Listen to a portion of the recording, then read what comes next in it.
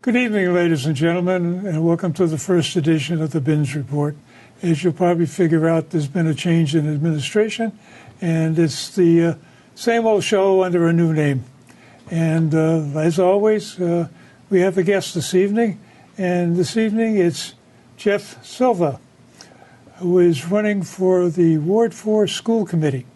And what makes this one interesting is when you show up at the Cove School to vote for Ward 4, either Precinct 1 or 2, there won't be any name for school committee. You got to write it in or put the sticker down. So it's a little different process this year. So, Jeff, this is your second crack at it. What do you think about what you're hearing from the people as you go around knocking on doors? This year, I'm actually having a lot more fun than I did the first time around. Yeah. I learned a lot. My first time around, I did not knock on as many doors as I should have. This time around, I think I've covered maybe 90 to 95% of the doors. Okay. Last week I covered Prospect Hill, and I think this coming week I'll just sort of mop up a couple areas where there's some loose ends in roads that are sort of out of the way of most of the houses. Yeah. So what are you hearing from the people when you get an answer at the door? The typical, I introduce myself. Yeah. I introduce myself as, being a resident of Beverly, a graduate of the Beverly school system. I tell them that I've got 4 kids that have gone through the system. 2 are graduated in college. There are 2 remaining in high school. One's a freshman and one's a junior. I've been involved with Beverly Youth Lacrosse as a coach. It's sort of an extended family, the kids that I've coached, and it's kind of a driving force in terms of me wanting to give more and sort of move into the school committee position to help out the kids. What are the people telling you? What are their issues that, I guess? They like to hear about my background in science and technology. Mm-hmm. I'm in biotech, and I think it's something it would be a good addition to the school committee to have someone with science and technology background. I was a student, I didn't realize I would be in science and technology. I knew that math and science was a favorite of mine in high school, but actually I thought I was going to be a carpenter. And now I just think of myself as still doing carpentry, but at a molecular level, working with cells and working with proteins. So they're happy to hear that, in terms of my background, my education, and what I could add to the school committee. Well, that brings up one of my favorite points that I had a couple of discussions with the superintendent, the assistant superintendent, and the principal of the high school. And one of the big problems that Beverly has as far as access is access to Essex Tech. And get into the issue about, well, what can we do here in Beverly to accommodate kids like yourself, like me, that are tactically oriented, tactical learners, and as a result, you need the hands-on experience. Right. And, we've got a couple of 3D printers, and kids are learning how to do that. That's great. I particularly am interested in the whole biotech field because I think that's the next step. So what do you think you can do to bring forth a better interest in that? Well, I would love to see a tech school in the Beverly area again. Unfortunately, we lost that when we built the new school. So I'd like to see that in the future. We've got biotech and technology in the area with the Cummings Center. And so being able to support that locally would be good. Another thing that I think is, in order to really serve all of the students, kids learn and have different interests. Not everyone is necessarily interested in going to college. And not that it's a bad thing. It's as a matter of fact, the trades are a great thing. It's something I considered when I was a kid. But being able to get that level of experience is something that they should be able to have access to. And from what I understand, the tech school is filled, and it's not easy to get into. Yeah. So there's clearly a demand for it. The community has a variety of different professions. And the school system should be able to support the maintenance of that type of workforce, and not just have a mentality that everyone needs to go to college, because I think that can lead also to a sense of anxiety for those kids who really don't want to go to college, and they want to work with their hands, they want to do welding, they want to do auto mechanic work, they want to do carpentry or plumbing, and not actively want to go to college but feel like they're pressured into doing so. Well, what I've seen in the press, a couple of issues of Salem News, is the governor came up with a $10 million grant that various schools around the area got pieces of. Salem just got a big grant from the Bar Foundation, $300,000 to enhance their program. And what I'm missing in this thing is I don't hear what Beverly is doing. Did you pick up any of the buzz on how Beverly is getting involved in some of this stuff? I'm not hearing any programs that are being put together. I serve as an advisor to Gloucester Biotech Academy, and as an advisor have reached out to Beverly School to let them know that there's a program that Gloucester GMGI, Gloucester Marine Research, Genomics Institute, has, where they basically have a 1-year certificate program. It's like an internship, isn't it? It's actually a full year class. Okay. It's like a boot camp for biotech. Okay. And they bring in high school graduates that would like to get into the science field, but don't want to go to college. And this basically gives them the training to be able to enter into biotech, whether it be small biotech or pharma, and be able to serve as a research associate. And those are positions that can pay anywhere from $50,000 to $60,000 or $70,000. That's good money, yeah. Yep. And I remember when New England Biolabs used to be in town, they used to do guided tours for school kids. I used to take my class over there once in a while, and they hated the smell, by the way. 'Cause I guess it got to be a little nasty in some of their cooking rooms. But the background of the ladies who were doing the presentations to the class were quite varied. Yeah. And they got it into the biotech business, making things. Yes. And it's very much like a trade. You're working with your hands. It just happens to be biology. I used to work for Cell Signaling Technology, which spun out of New England Biolabs. And both New England Biolabs and CST are very active in taking on interns and also giving back to the community. So I've participated in those type of internship programs where I've brought in interns to serve in our group to train them.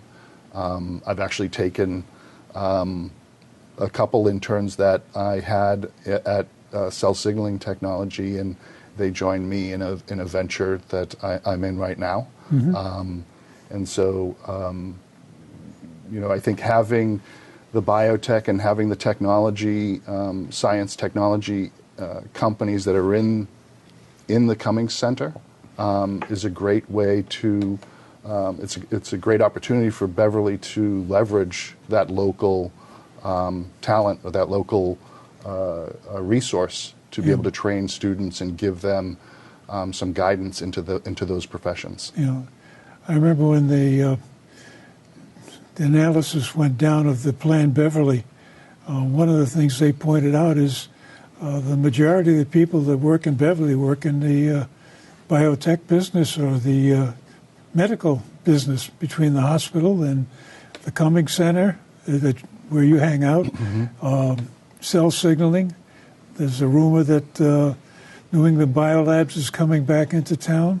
And these are local opportunities for the kids.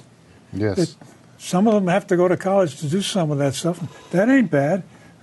And I'm very much enthusiastic about STEM education in general. And I think you found out the biotech is the way things are going right now. Yeah. And you think about getting a vaccine for COVID in a year. All the research and development that is went into absolutely that. Spectacular. Yeah. That's where the action is. Yeah. And Peabody made a big splash on what they were doing. They brought in some of these dummies, artificial intelligence dummies that react like people, and they're using them to train kids to do things with people. Yeah, and I think one of the other things that I would point out is that these science and technology companies also have opportunities for business, for marketing, for sales, all the aspects of running that business. Yeah. So for kids that may not embrace or totally sink into they don't want to do the bench work. There's business. There's There's and web, you gotta there's speak the IT. language. Yeah. So there's a lot of different aspects of those companies that people coming out of high school and graduating college could enter those fields very easily. And not to mention, Cherry Hill is right around the corner with a lot of great technology as well that they could tap into. What kind of technology is there? There's robotics, there's manufacturing. There's some really great companies in that area. Yeah. Abiomed is another company that's around. Oh, I didn't realize they were in local there. Yeah, so there's some great companies around. They're a highly touted stock I keep seeing. Yeah. Yeah.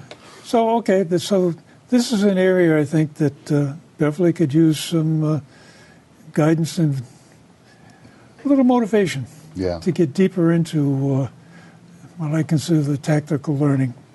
Yeah, and being able to support it, being able to maybe introduce to kids the different aspects of biotech, and not just the science part of it, but the business and all the other facets of that business that make it successful. Yeah, I remember when I was going to school way back when that. There used to be a business course. Yeah. And that doesn't happen anymore. And there used to be science course, general course, business course, trade school. I mean, there were different groups designed and functioned and very tightly structured to stay within that range. And, you miss out on some of the general stuff that everybody needs to know, like civics. Mm-hmm. But at the same time, you get a good focused background so that if you're going to go forward, you know where you're going and what you're getting into. And I think that type of environment where you're sampling or dabbling into these different areas provides kids an opportunity to sample that space, sample those different areas to really find out what they connect with. And to help guide them through, what they would like to do beyond high school. Yeah. Not being able to expose them to those different areas or focus areas doesn't really give them an appreciation of whether they connect to it or whether it would be something they would want to pursue after high school. Yeah. And you think back of... Everybody was growing up on the farm, and you got to deal with the animals, deal with the crops, deal with all the problems. And, you could take over the family farm. And now it's a different world out there, and it's changing. And if I had to go out and work for a living again, I'd have to go back to school to learn so much stuff. I think if I were to do it again, I probably would have done taken more courses in computer science, because computer science is sort of layered into a lot of biotech and data processing and data mining. That's one thing I probably wish I had included in my education. Yeah. Well, I think this is one of the things that people don't recognize, that the world changes very, very quickly. Right. And it's really a challenge to get the school systems to keep up with the changes. Because I can remember when I was on the school committee way back when, I was advocating you got to teach calculus in the schools. And I just had a discussion with the assistant superintendent and the principal of the high school saying, you got to start teaching linear algebra, because computers can't do calculus, but they can do linear algebra very, very quickly. Yeah. And I think it's this kind of rapid turnover that needs to somehow or other get involved into the system and get that message across. Yeah, I mean, education is not a cookie-cutter approach, right? Kids learn differently. Technology for some kids on a screen, studying, may not work. For me, handwriting, writing notes, that's what allowed me to sort of excel in many of my classes. I could not skim through pages and internalize the material. I had to write, even say to myself, the terms, the concepts, and so that I could hear them aloud while writing, and that's what worked for me for being able to study. And so I think you've got to be able to provide a variety of different teaching skills, make them available, expose kids to those different skills so that they can find what works for them in order to excel in the school, but also to expose them to the different areas, different subject matters to help them find what really excites them. And if it is something that's hands-on, encourage them to move in that direction. Well, I think we agree that these kinds of things need to happen. But now that you're on the school committee, we'll assume you won this thing. How are you going to make that happen? What's the mechanism that you think can get the school committee and the school system to adjust to these kinds of differences? Well, I think having experience with the Gloucester Biotech Academy can help. We have many examples of kids that never thought that they would go into biotech that have basically changed their trajectory, and either have joined biotech as a research associate or have decided to go to college, but didn't beforehand have the passion or desire to go into college, because if you don't have the desire to do so, then it doesn't make sense to go there. Right. So through that interaction with that academy, they found something that really excited them, and that year boot camp was all it took. Well, now you're bringing up another issue. It's a postgraduate course. Yes. The high school graduates. It's something between there and college, and that's all well and good. Maybe you could get Cell Signaling to set up something similar, or your company or one of these other companies that are around to get involved at the same level, so that the local kids have access to this kind of thing. But at the same time, it's something that has to be brought up in the system from the fourth grade on, that, hey, this is an opportunity that you may want to get into. And so there has to be changes, transitions in the curriculum all the way through the system. Right. Which is back to the game of, okay, you got the Queen Mary cruising down the Atlantic, and there's an iceberg. How do you get it to turn out of the way?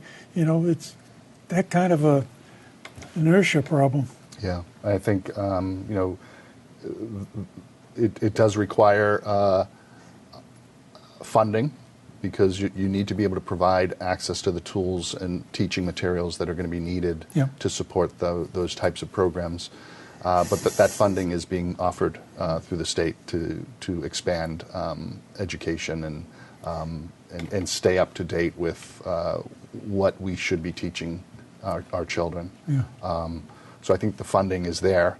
It's just sort of agreeing that that is a good direction to move in.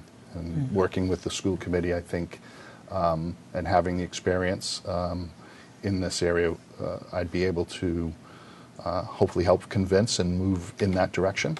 Yeah. Yeah. Well, aside from the whole business of STEM, what other things interest you in the school system? Well, being a coach, I think is, I do think that the public school or at the education system should be a balance of not only academics, but also the social extracurricular activities, not necessarily just sports, but clubs and band and all these other sort of extracurricular activities. These are things that allow for kids to develop their social skills, which is also going to be needed when they enter into the workforce. Develop conflict resolution type situations, and it's when you're in those types of environments that you learn to do that, learn what's socially acceptable, what's not, and how to deal with those types of situations. And so I think, often you hear, oh, well, when there's not enough funding, sports and clubs are the first thing to go, when I think that's a huge mistake. It should be a balance. It shouldn't be a choice of either or. It should be a decision to move both forward, but as a balance, because you need that extracurricular activity to build up a sense of community, a sense of school pride, to get kids excited to come to school. Some kids don't come to school just because of the academics, right? So if a kid has band or football or lacrosse, soccer, whatever, that could be the reason that's bringing them to school. And their coach, with the interaction that they have with their coach, with their teammates, will encourage them to do better in school. And maybe there's study groups that come out of those teams, members of those teams, that would help the student do better in school. So I do think you need a balance of both. Yeah. Well, that's the whole idea of the universal man that can do all sorts of things, is not totally lost anywhere, that kind of thing. But aside from sports, what other things do you think need to be emphasized in the school system? Where do you think the soft points are?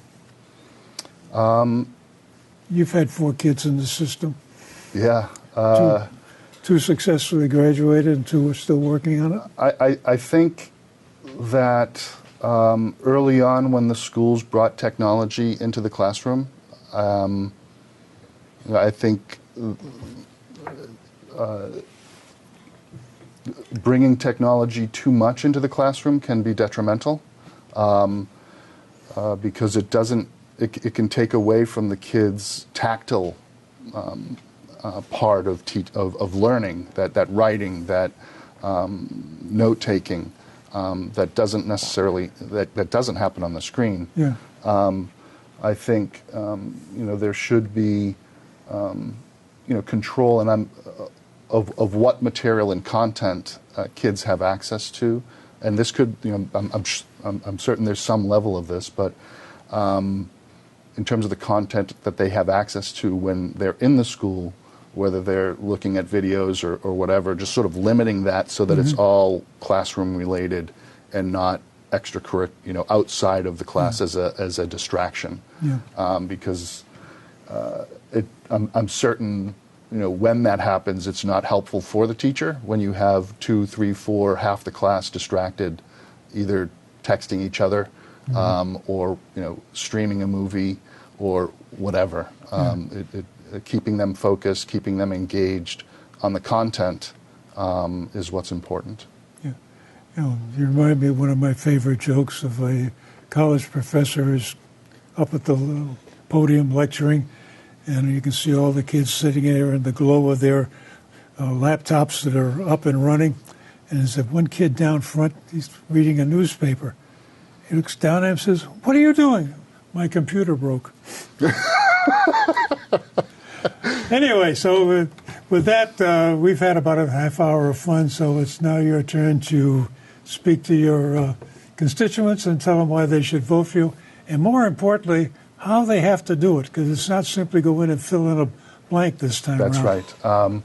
right. My name's Jeff Silva. I've been a resident of Beverly for a long time. I've graduated many high school, middle school, high school here at Beverly. And I've also had the opportunity to come back to Beverly, live here, have our family here, post-graduate school.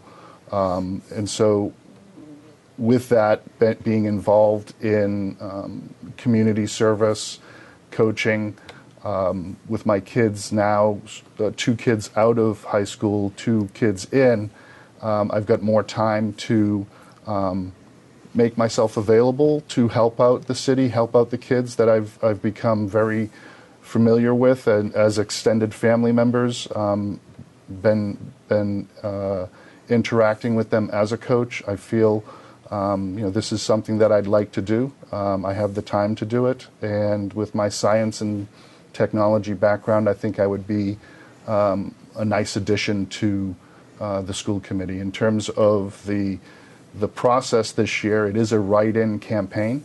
I have knocked on many doors. I provide materials. There's either a sticker that you can use. If you have not received my material yet, you can write my name on the ballot. You will need to select and fill in the circle that says a write-in selection is what I'm requesting for the Ward 4 school committee position. My name will not appear on the ballot. You will need to write it in. And they have to write in your address too, don't they? You can write the address, although it's not necessary. No, it's not necessary. When I provided the stickers, I put it in as it would have appeared on the ballot if my name was there. Okay. So, ladies and gentlemen, thanks for watching. And as I mentioned, this is the first edition of the Same Old under a new name. And again, if you have any questions or comments in the credits, you'll see my email address. Feel free to send me your thoughts. And if you would like to appear at the table here and express your thoughts on camera, let me know and we make room for you. Thanks again for watching, and stay tuned. We'll be back later.